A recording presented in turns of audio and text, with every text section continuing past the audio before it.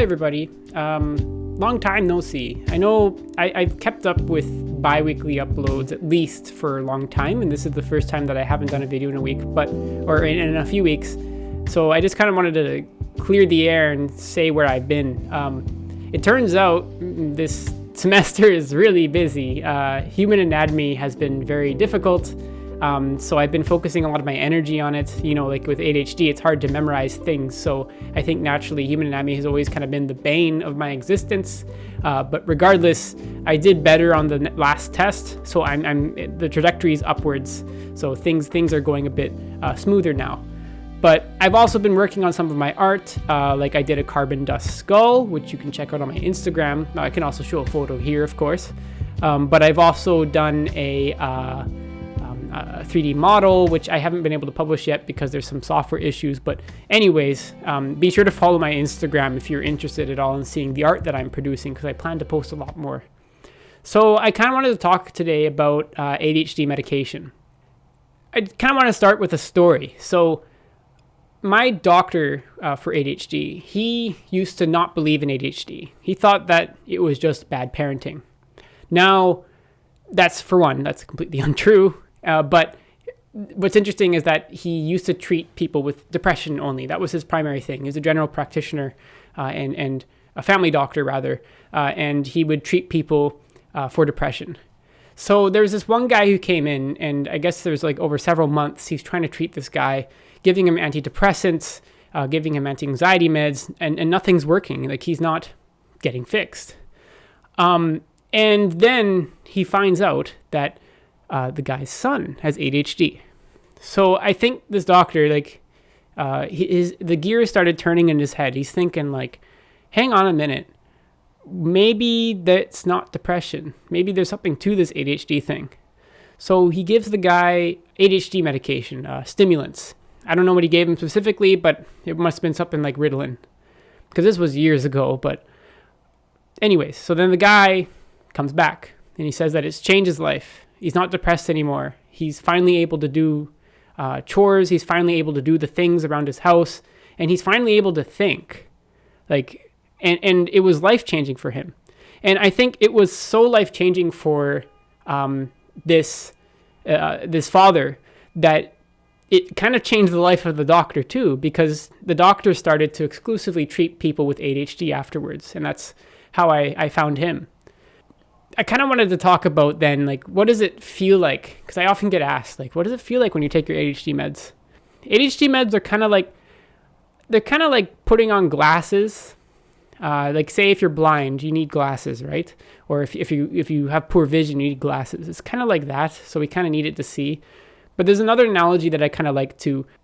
So in my undergraduate degree, I did a research project on hypoxia, low oxygen. So I had done some reading on climbing Mount Everest and seeing what it's like. Often when you climb Mount Everest, well, you need oxygen, because as you get higher up, there's less oxygen in the atmosphere. So if you climb without oxygen, it's very difficult. And to the point where if you ever take a break while you're up in Mount Everest, even just for a few seconds, you will probably die because you won't be able to get back up. Like, that's how tiring you are. That's how tired you get when you are climbing Mount Everest. Now, how this relates to ADHD is you need oxygen to climb mountains, right? ADHD medication is kind of like that oxygen.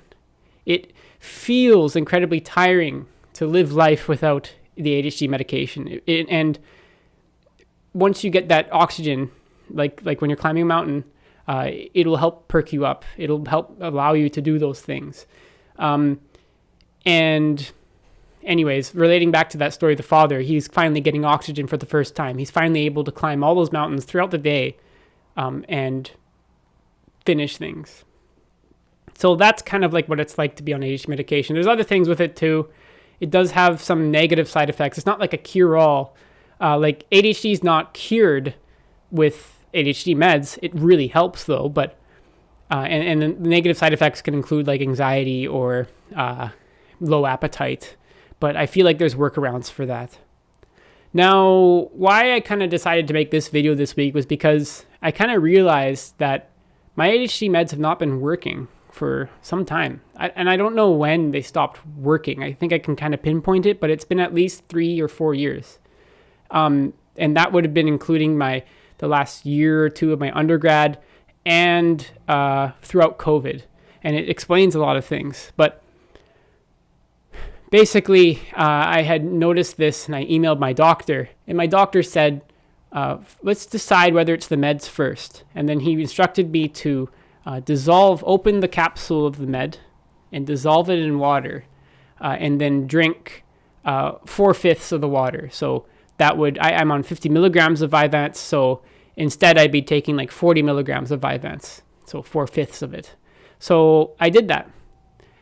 And I go to school on the Monday, and I start to notice something's different. I feel like I'm able to pay attention, and I feel like I'm able to retain things that people are saying to me. I'm able to listen. I'm able to learn. And it was like mind-blowing. Like, I haven't felt like that since, I think, like the last time I remember feeling like that would be like my second year of undergrad. I feel like a little bit like I've been that dad for the last couple of years. I have been without my oxygen for years. And now that I finally have it, it's finally getting metabolized in my body. There's something about the capsule that was preventing it from being absorbed properly. But now that I have it working, it's like things are so much better. Like I was able to go home, I did the dishes, and it didn't feel like a huge effort to do the dishes.